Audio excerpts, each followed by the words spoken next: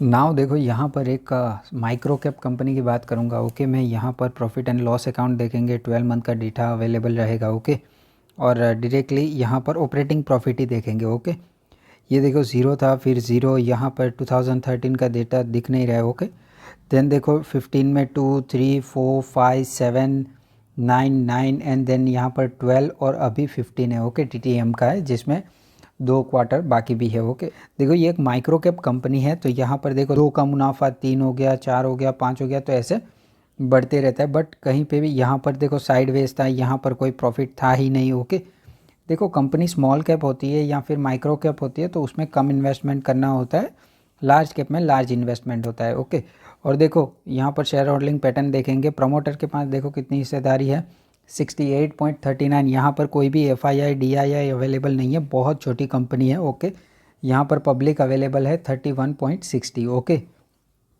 और एक micro cap company में इतने अच्छे प्रमोटर्स होना एक गुड साइन माना जाता है।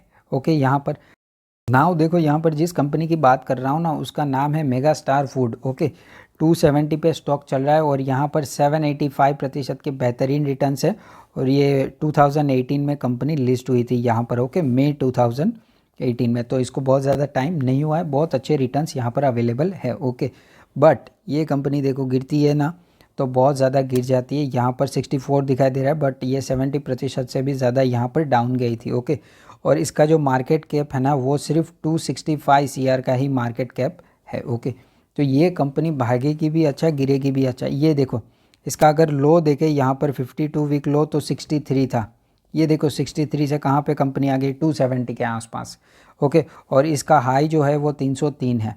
ओके, तो मतलब कि ये कंपनी बहुत अच्छी भागती भी है, लेकिन यही नहीं देखना है कि 63 का 270 हो गया। ओके, ये अगर गिरने पर आई तो ये 270 का 150 भी हो सकता है, लेकिन ये अगर भागने पर आई तो यहाँ पे 500 600 उससे भी ज़्यादा प्लस जा सकता है, उसमें कोई दिक्कत वाली बात नहीं है। और माइनस में इससे भी ज़्यादा जा सकता है।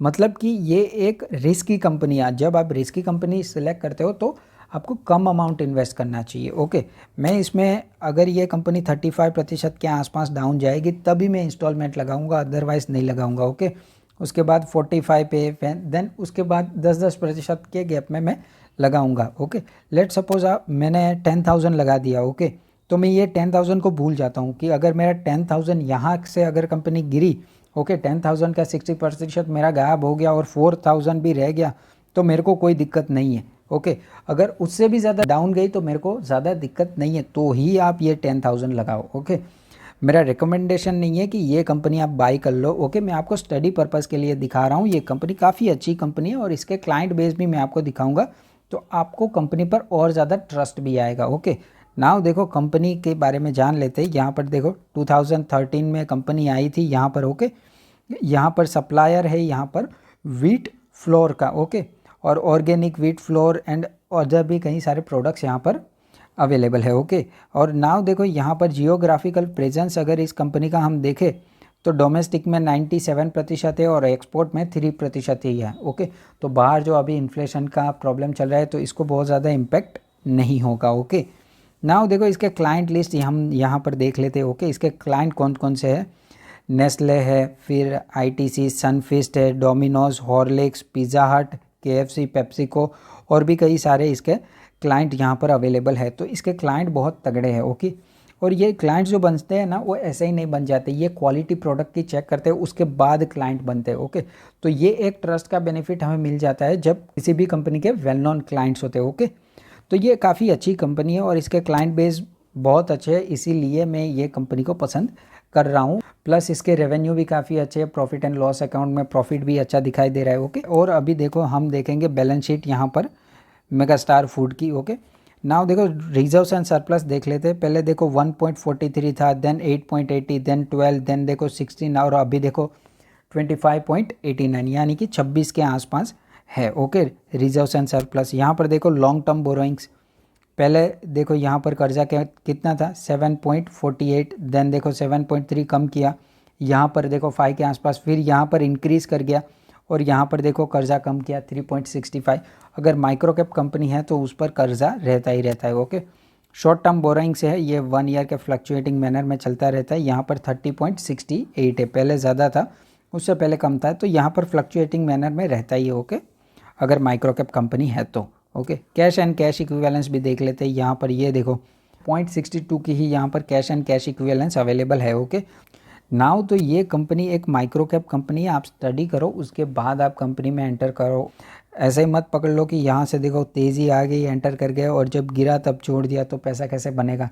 मतलब आपको होल्ड भी करना पड़ सकता है इस कंपनी में। ओके, माइक्रो कैप कंपनी में इतना रिस्क तो रहता ही है। ओके, तो ये कंपनी अच्छी है, कंपनी में कोई बुराई नहीं है, लेकिन माइक्रो कैप होते हैं, स्मॉल कैप होते हैं, वो ईजिली अपने हाई से 50-60%, इवन 70% भी गिर सकते हैं। ये कंपनी यहाँ पर 70% डाउन गई थी। ओके, मैं इतना बार बार रिपीटेशन इसीलिए कर रहा हूँ कि कोई भी देखो, अगर ख़रीदना ही है तो बाइंग ऑर्डर कल भी कोई लगा सकता है, बट इसको होल्ड करना इंपॉर्टेंट होता है। ओके, कि यहाँ पर देखो कोई भी रिटर्न्स नहीं बना था, इतना ज़्यादा नहीं बना था, फिर देखो यहाँ पर भी नहीं बना था, मतलब कि ये 2018 से लेकर यहाँ पर 2022 मिडल यहाँ तक, ओके 2022 तक कोई भी रिटर्न्स नहीं बने थे। देन कंपनी शूट अप हुई थी यहाँ पर। ओके, तो इतना टाइम पीरियड आप अगर होल्ड करते हो तो ही आपको बेनिफिट मिलेगा। अगर ऐसी कंपनी में आप जाते हो तो आपका मिनिमम टाइम पीरियड जो होता है ना होल्ड करने का, वो होना चाहिए 5 ईयर्स। ओके, और मिनिमम अमाउंट होनी चाहिए, मैक्सिमम अमाउंट नहीं होनी चाहिए। ओके, देखो लार्ज कैप में होता है ना, वहाँ पर लार्ज इन्वेस्टमेंट होता है, मिड कैप में मिड इन्वेस्टमेंट, स्मॉल कैप में स्मॉल इन्वेस्टमेंट और माइक्रो कैप में माइक्रो इन्वेस्टमेंट होता है। ओके, ऐसे ही आपको इन्वेस्टमेंट करना चाहिए। अगर आप मेरे को बोलोगे बजाज फाइनेंस में मेरे को पैसा लगाना है, तो मैं कहूँगा आप दिल खोल के पैसा लगाओ।